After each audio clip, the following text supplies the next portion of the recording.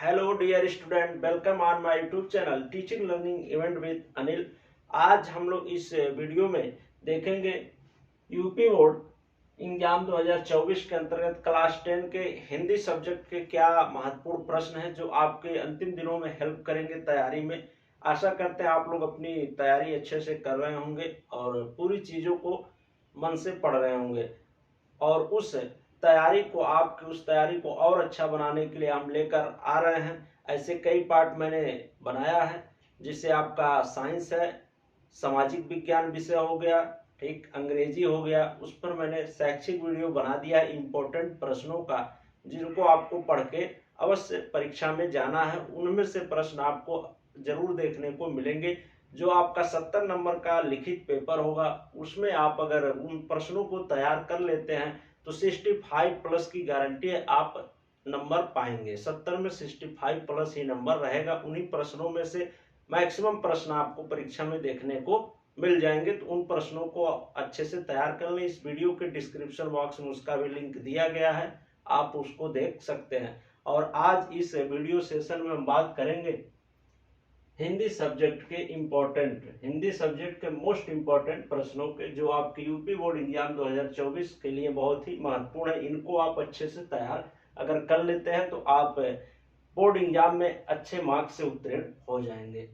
तो आइए देख लेते हैं वे क्या महत्वपूर्ण प्रश्न है। जैसे जीवनी की बात पहले करते हैं, तो जीवनी में लेखक जो गद्य से पूछे जाते हैं, ठीक, उन जीवनी में आप इन 3 लोगों की जीवनी अच्छे से तैयार आपको कर लेनी है। इसमें से आपको एक जीवनी अवश्य वहां पर मिल जाएगी, जिसको आप अच्छे से तैयार करके जाते हैं तो लिख ले जाएंगे। पहला जयशंकर प्रसाद, ठीक, जयशंकर प्रसाद हैं, आचार्य रामचंद्र शुक्ल और डॉक्टर राजेंद्र प्रसाद, ठीक।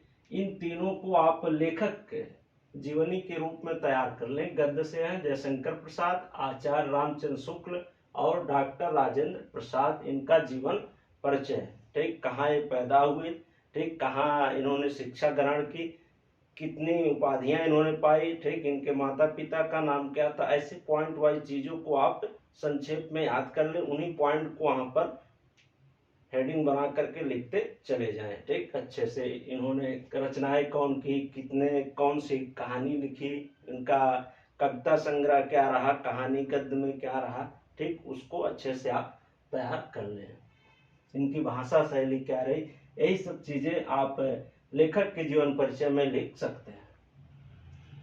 अगला आपका जीवन परिचय है जो पद से रहता है कवि लोगों का। कवि में आप महाकवि सूरदास को अच्छे से तैयार कर लें, गोस्वामी तुलसीदास को अच्छे से तैयार कर लें और महाकवि सूरदास, ठीक। तो इन जीवन परिचय में आप ये देखिए 2 बार हो गया है, यहाँ पर ध्यान दीजिएगा, डबल मैंने लिख दिया है, लेकिन आपको इन्हीं दोनों को अच्छे से तैयार करना है। ये दास वाले जो हैं, ठीक, दोनों को आप अगर तैयार करते हैं तो कोई ना कोई इसमें से चाहे अल्टरनेट आता, सूरदास कभी पूछ लेता, कभी तुलसीदास को। तो दास वाले जो 2 लोग हैं, इनको अच्छे से तैयार कर लीजिए। और यहाँ पर मैंने ये रंग दोबारा लिख दिया है, इनके जगह पर आप महादेवी वर्मा को तैयार कर लीजिए, ठीक,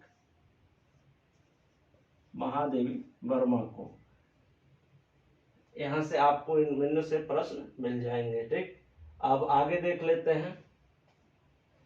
पत्र लेखन में किसी एक पर पत्र लिखने के लिए आ सकता है, इनमें से मैं बता देता हूँ कई ठो, इस पे से आप तैयार कर लीजिएगा। इन्हीं में से किसी एक पर लिखने को कहता है, ठीक, ऐसे दिया रहेगा आपको।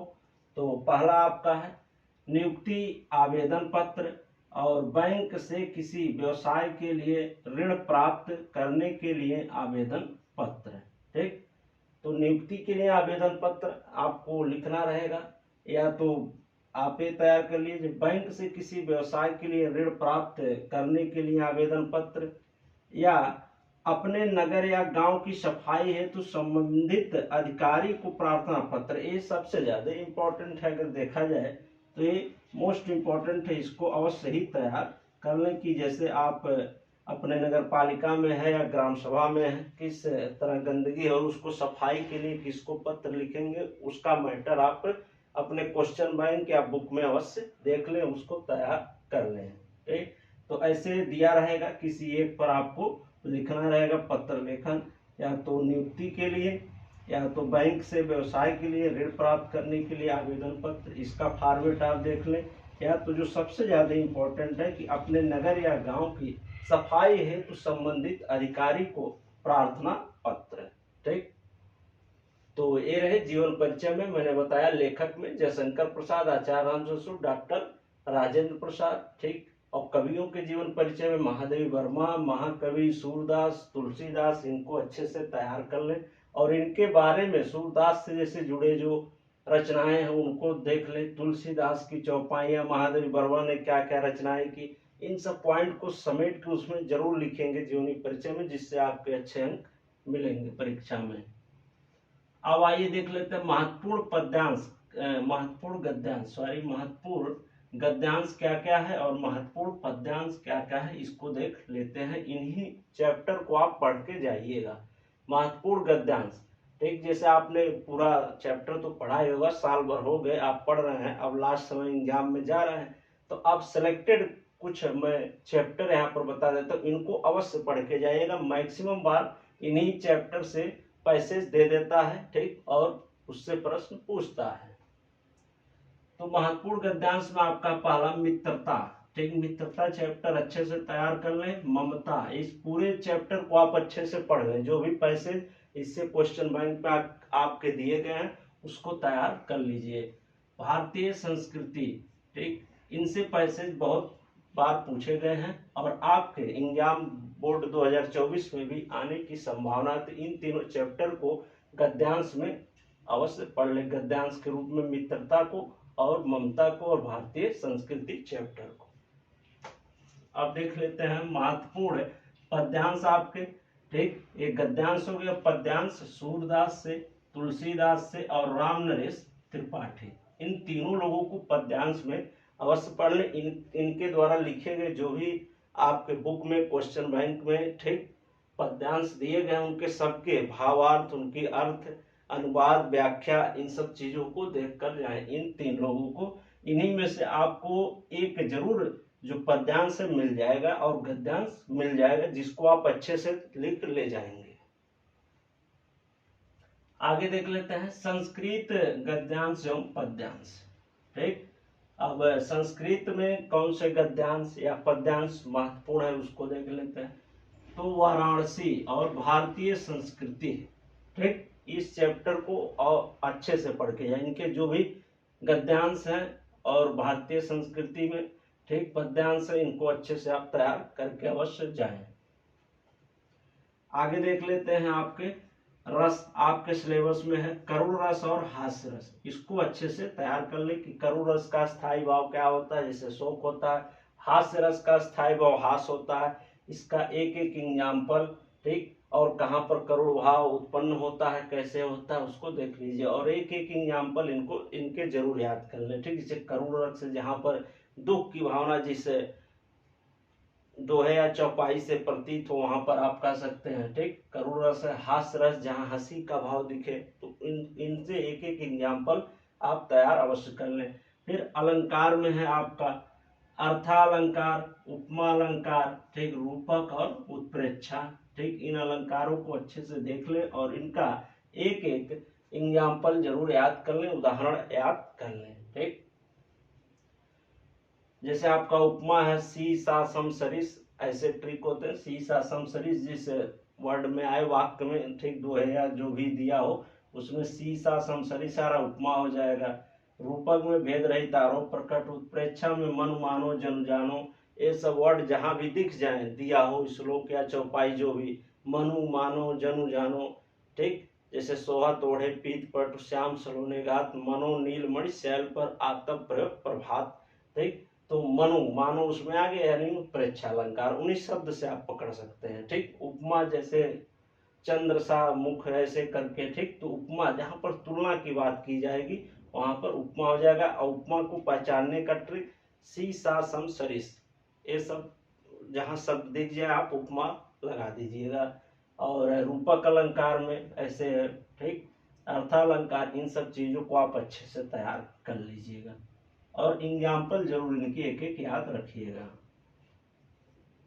अब हिंदी गद्य में आपके क्या पूछे जाते हैं, तो शुक्ल युग ज्यादा इंपॉर्टेंट है और शुक्लोत्तर युग। ठीक, इनसे जो भी रचनाएं या कवि संबंधित है उनके बारे में, और इसका समय क्या है शुक्ल युग का, शुक्लोत्तर युग का, ठीक, उसको आप जरूर याद कर लें। ऑब्जेक्टिव में कभी कभी क्या पूछ लेता है, इसका कालखंड, ठीक, शुक्ल युग का समय क्या है, इसको पूछ लेता, तो इनके बारे में अवश्य देख लीजिएगा।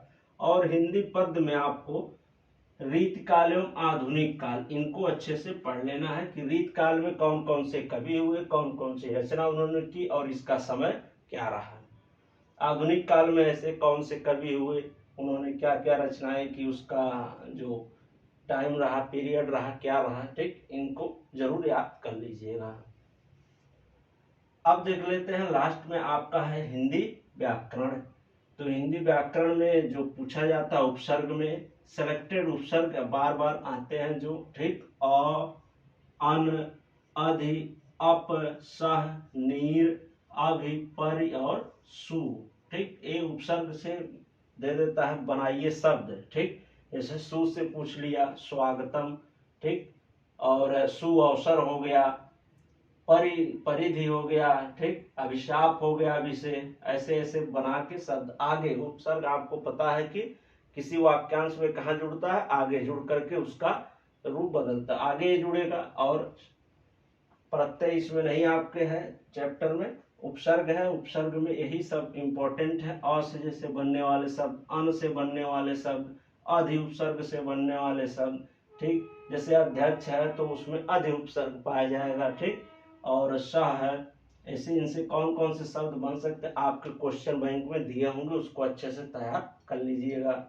अब आइए आगे देख लेते हैं आपका है समास, ठीक, समास में द्वंद्व समास, द्विगु, कर्मधारय और बहुव्रीहि समास दिया गया है, तो इनकी परिभाषा और एक एक एग्जाम्पल जरूर याद कर लीजिए। और किसमें जैसे द्विगु समास है तो संख्यावाची होता है, जहाँ संख्या की बात की जाएगी, त्रिरत्न, नवरत्न, ठीक, नवग्रह, तो द्विगु होगा। द्वंद्व में जहाँ पर और का बीच में लोप होगा या डैश करके लिखा हो, राजा रानी, ठीक, माता पिता, राजा और रानी, जहाँ पर बीच में और का लोप हो दो शब्दों को, वहां पर द्वंद्व समास होता है आपका, ठीक। ऐसे कर्मधारय समास जहाँ पर तुलना की जाए, बहुव्रीहि समास तीसरे व्यक्ति की यहाँ पर बात की जाएगी, जैसे दशानन है, ठीक, 10 है आनंद जिसके अर्थात रावण, ठीक, तो ऐसे इसको अच्छे से आप तैयार कर लीजिएगा, ताकि अगर शब्द वो दे और पूछे कौन सा उसमें समास है तो आप तुरंत पकड़ लें। आगे तद्भव, तत्सम और पर्यायवाची को भी आप देख लीजिएगा, ठीक, जैसे चंद्रमा का पर्यायवाची है, आग का है, ठीक, हवा का है, वायु का, और ऐसे जो इम्पोर्टेंट पर्यायवाची उसको तैयार अवश्य कर लीजिए। आकाश का पूछ लेता है बहुत बार, चंद्रमा का, ठीक, और सूर्य का, रात का, ठीक, और आग का और पवन का, ठीक, मैंने हवा का, इसका पर्यायवाची जरूर तैयार कर लें। और संस्कृत व्याकरण में देख लेते हैं आपके सर्वनाम में तद, युष्मद, इन शब्दों के जो रूप हैं उसको देख लीजिएगा, ठीक। तो इन्हीं प्रश्न, इन्हीं जो भी मैं टॉपिक बताया हूँ, इसको अगर आप अच्छे से तैयार कर लेते हैं तो मैक्सिमम प्रश्न को आप अपने परीक्षा में सही कर ले जाएंगे और अच्छे से लिख ले जाएंगे, तो इनको अवश्य आप तैयार कर लें। और जो एक टॉपिक बच रहा है खंड काव्य, ठीक, तो खंड काव्य आपके अपने डिस्ट्रिक्ट के हिसाब से रहेगा, जिले के हिसाब से, कहीं कहीं कुछ और चलता है मुक्ति दूत, कहीं कुछ और, तो उसके अकॉर्डिंग आप लोग, अगर पूजा कहीं कहीं चलता है तो जो भी आपके जिले में चलता हो वहाँ पे बताया गया होगा स्कूल में आपको, ठीक, डिस्ट्रिक्ट के अकॉर्डिंग, तो उसको आप तैयार कर लीजिएगा अच्छे से। उसके जो नायक है, मेन नायक, उसका चरित्र चित्रण जरूर तैयार कर लीजिएगा, वो आसान भी होता है और आप अच्छे से उसको लिख भी ले जाएंगे, ठीक, कि उसकी क्या क्या विशेषताएं हैं। अगर पूजा में जैसे जो चरित्र है, मेन नायक है, उसका चरित्र चित्रण हो गया, प्रथम सर्ग, द्वितीय सर्ग, तृतीय सर्ग में क्या कहानी है, इसको तैयार कर लीजिए। कभी कभी इसको दे करके पूछ लेता है कि प्रथम सर्ग में क्या बातें बताई गई हैं, चतुर्थ सर्ग में क्या बताई गई हैं, तो जो भी आपके जिले में खंड काव्य में चीजें बताई गई हैं, पढ़ाई गई हैं आपके स्कूल में, उसको अच्छे से तैयार अवश्य कर लें। और नायक का चरित्र चित्रण जरूर तैयार कर लें। वहीं से आपको चरित्र चित्रण देता है, या तो प्रथम सर्ग या द्वितीय सर्ग, किसी सर्ग की कहानी पूछता है, तो उन दोनों में से जो भी आपका तैयार हो, तो अगर नायक का तैयार है तो अच्छे से आप नायक के बारे में वहाँ उस खंड काव्य के लिख सकते हैं, तो उसको आप अच्छे से तैयार कर लीजिएगा। बाकी ओवरऑल चीजें मैंने यहाँ पर बताया, जो महत्वपूर्ण चैप्टर गद्यांश के लिए बताया, जो पद्यांश के लिए बताया, ठीक। और जीवन परिचय में लेखक का जीवन परिचय, कवि का, ठीक। और पत्र लेखन में इन टॉपिक को अवश्य देख लें और तैयार कर लें। इन्हीं को आप अच्छे से तैयार कर लेते हैं तो बहुत ही आपको हेल्प मिलेगा बोर्ड एग्जाम में। आप जब बैठेंगे और लिखेंगे, पेपर खोलेंगे, देखेंगे चीज़ों को, तो यहीं से प्रश्न बहुत मैक्सिमम मिल जाएंगे, ठीक। तो वीडियो हेल्पफुल लगी हो तो लाइक, शेयर और चैनल को सब्सक्राइब कर लें, और अपने स्कूल कॉलेज के ग्रुपों में दोस्तों के पास अपने शेयर अवश्य कर दें, ठीक। धन्यवाद। Best of luck board exam 2024 के लिए।